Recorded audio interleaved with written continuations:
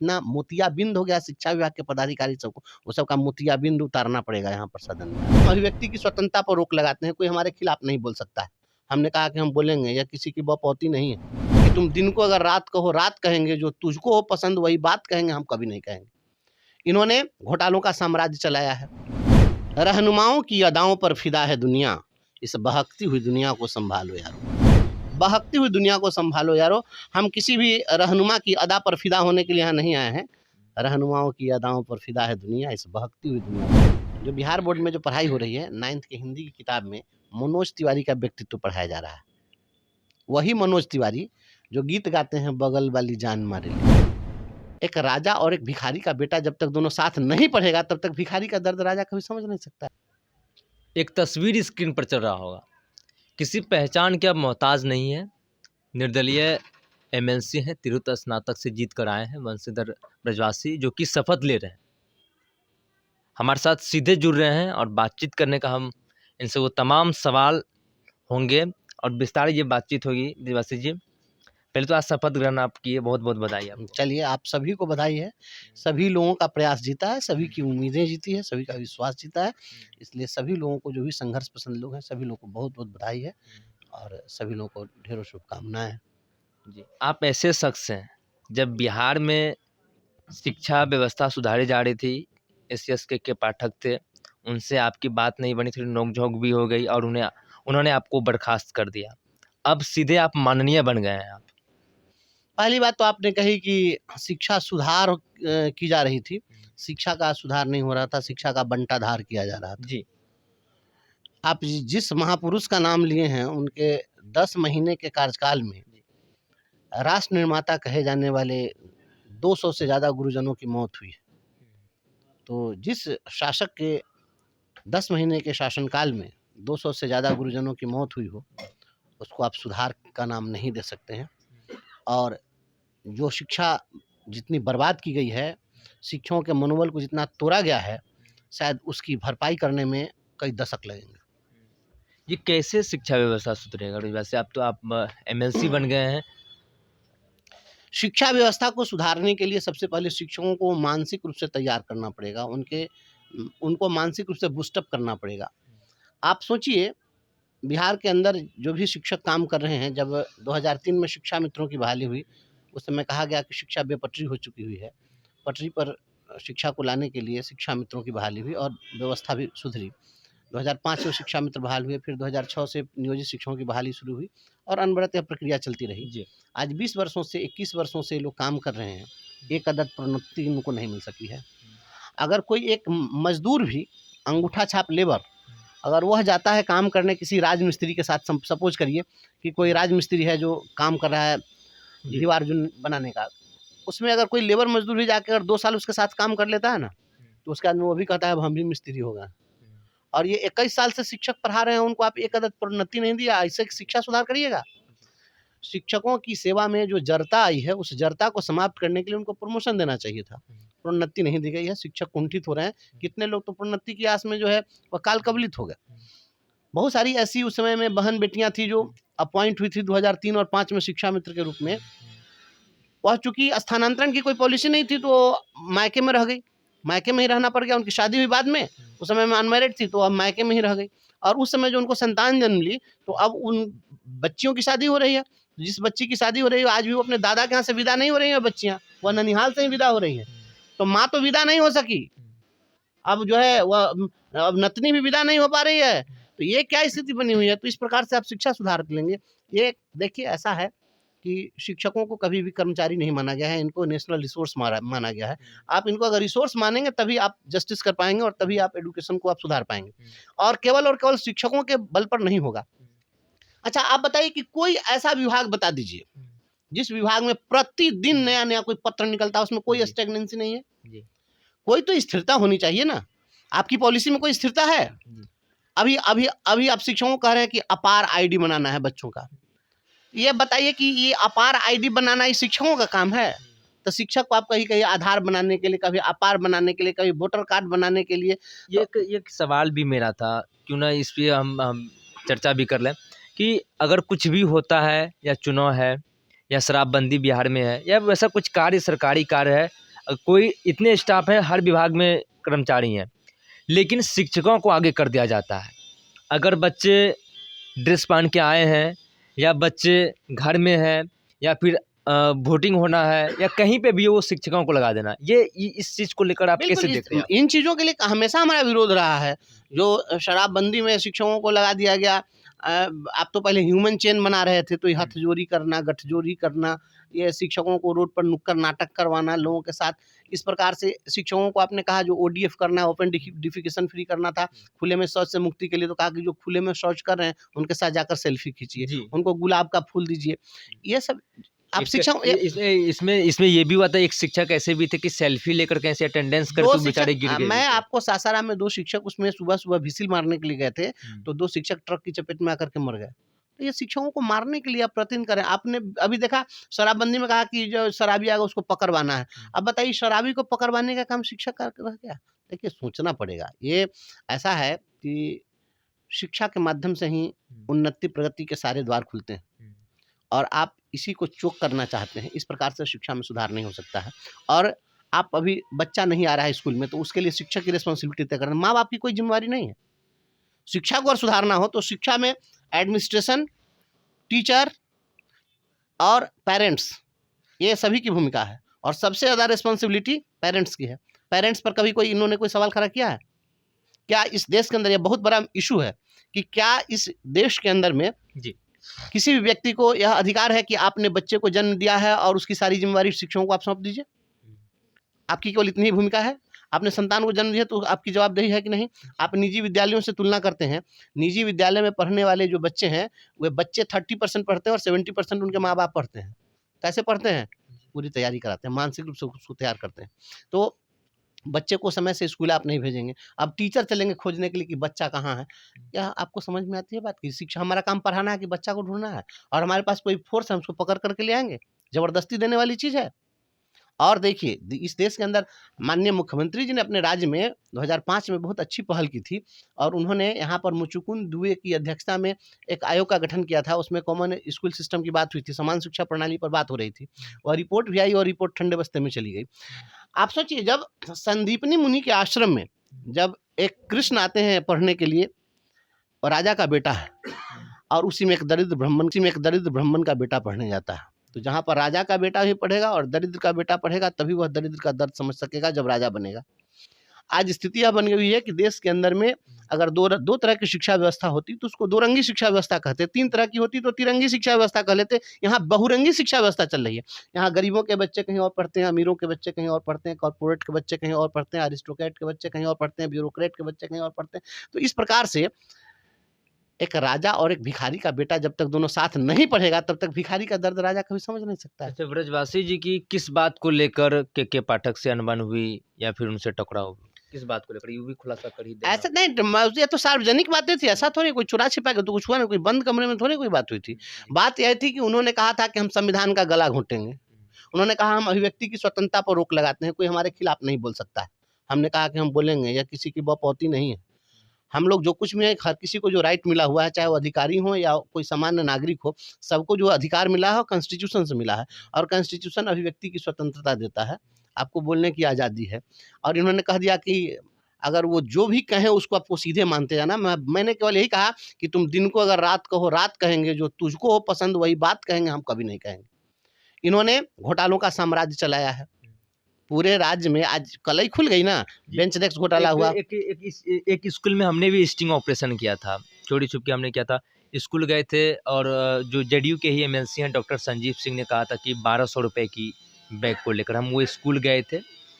पटना के एक स्कूल है, और इस स्कूल में जब गए तो तकरीबन तमाम जो छात्र जो थे, लड़के बच्चे बच्ची थे, उनका बैग फटा हुआ। तो वो बैग देखने के बाद काम का है, देख के ही लग गया था ये 1200 का बैग नहीं। तो आपको पता है कि संजीव भैया को बैग वाला के हमें दिए थे। हाँ, आप शिक्षक नेता थे महाराज उस टाइम। तो मैं आग्रह करता था, हमने उनको बताया। मैं माननीय लोगों, जितने भी हमारे माननीय सदस्य लोग हैं, अब तो आप खुद पहुंच चुके हैं, तो खुद खुलासा। ठीक है, सब लोग मिलकर काम करना है। मैंने जाकर आग्रह किया था उनसे, और एक और चीज हमने दी थी, थाली भी हमने दी थी। हमने कहा था कि जरा थाली भी सदन के अंदर दिखा दीजिए, लेकिन शायद सदन की व्यवस्था है कि उसमें कोई मेटल का चीज लेकर आप नहीं जा सकते हैं, मेटल डिटेक्टर लगा रहता है, इस कारण से नहीं गई। थाली जो है, आप सोचिए ना, आप पूछिए अगर है के पाठक जी को, तो वो सामने आए और जवाब दें कि क्या बिहार में एक ऐसा भी उद्यमी नहीं है, एक भी ऐसा व्यापारी नहीं कि थाली की भी आपूर्ति कर सके। इनके थाली की आपूर्ति करने के लिए एजेंसी महाराष्ट्र से आ रही है, क्या माजरा है? महाराष्ट्र से आ रही महाराष्ट्र की एजेंसी यहाँ थाली आपूर्ति करती है। ये जो बैग जो देखे आप, वो छोटा सा बैग, मनरेगा मजदूर भी अपने बच्चे को ऐसा बैग नहीं देगा। और जो बैग है वो नोएडा से बैग सीधे डायरेक्ट जो है वो आता है, वो बड़े बड़े ट्रक पर लदा करके, वो क्या बोलते हैं उसको, बड़ा बड़ा जो ट्रक होता है, 14 चक्का 12 चक्का है बा। हाँ, वो उस पर लदा के आता है और डायरेक्ट वहीं से बीआरसी को सप्लाई होता है। किसी को पता नहीं चलता है कि कहाँ से आया। सदन में तो पोल खोल दीजिएगा। तो पोल तो खुलेगी, हम बोलेंगे, क्यों नहीं बोलेंगे? अब बोलने ही के लिए ना शिक्षकों ने मुझको भेजा है। आप देखे ना कि आप शिवहर में देखे कि 32 लाख से स्कूल की मरम्मती कराए, और आंधी आई तो पूरा छप्पर जाकर पेड़ पर लटक गया, पंखा उंखा सब लटक गया था उसी में। ये टीना का क्लासरूम बना है, ये छोटा छोटा जो रूम बना है 5-5 लाख रुपया का।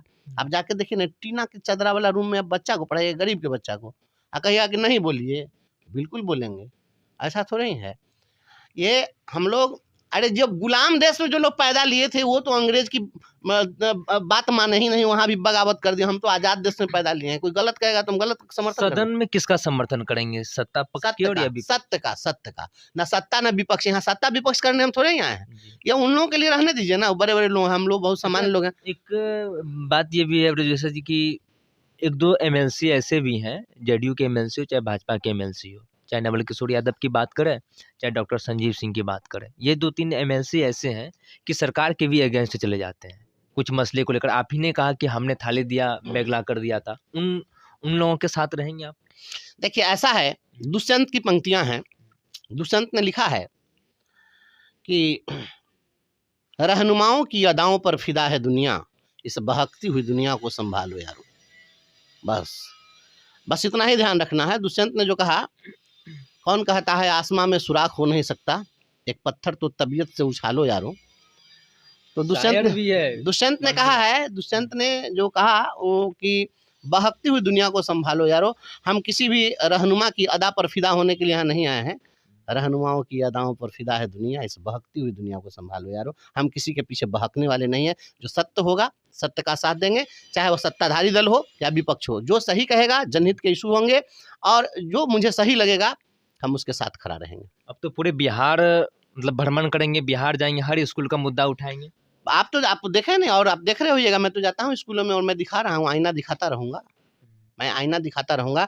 हर चीज़ में केवल और केवल शिक्षकों को जो डिमोरलाइज किया जाता है, मैं सत्य का आईना दिखाता रहूँगा। और मैं कहूँगा कि जरा आईने में अपना चेहरा देख लीजिए बस। लेकिन एक रिक्वेस्ट मेरा भी रहेगा, चाहे सरकार से हो या आपसे हो, क्योंकि आप अब माननीय बन गए, सदन में जाएंगे, अब बात को रखेंगे। शिक्षक के साथ न्याय होना चाहिए, ये हम हमेशा सभी कहते के साथ न्याय होना चाहिए, केवल शिक्षक नहीं, देखिए शिक्षक का हम इसलिए जिक्र कर रहे हैं क्योंकि शिक्षकों को जो निम्न स्तर का भी जो कार्य होता है उस कार्य में लगा दिया जाता है, पढ़ाई बाधित होता है। अगर 12 शिक्षक हैं तो स्कूल से 6 शिक्षक, 7 शिक्षक, 8 शिक्षक को सरकारी कार्य में लगा दिए जाते हैं, या चुनाव है चुनाव में भेज दें, कोई भी चुनाव हो उसमें शिक्षक को भेज दिए जाते हैं। शिक्षक से कौन काम नहीं करवाते हैं? इसी चीज को लेकर हमारा तो हम तो कहते हैं, हम तो कह ही रहे हैं, हम तो कोई नियम बनना चाहिए इसको लेकर। नियम है, नियम को मानता कौन है? अब सुप्रीम कोर्ट का जजमेंट है, आपको पता नहीं है?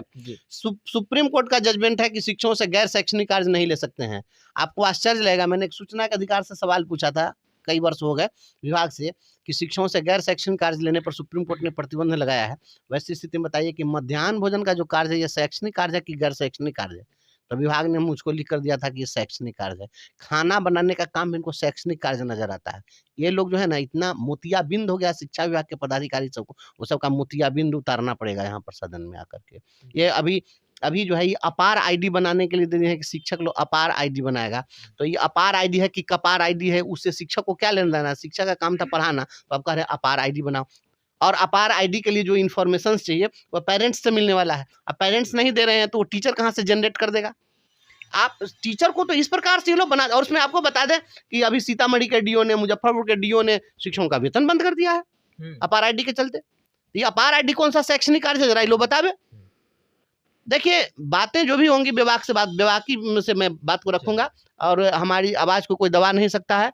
अब सरकार है, करना तो सरकार को है, सरकार समझे कि क्या करना है। देखिए अगर वास्तव में शिक्षा में सुधार लाना है, माननीय मुख्यमंत्री जी से मैं विनम्रता से अनुरोध करता हूँ कि थोड़ा सा लिबरल होकर के सोचिए। और राजनीतिक नफा नुकसान के लिए कोई आदमी नहीं सोचिए, क्योंकि अगर शिक्षा नहीं बचा ना, शिक्षा नहीं बचेगी तो कुछ भी नहीं बचेगा।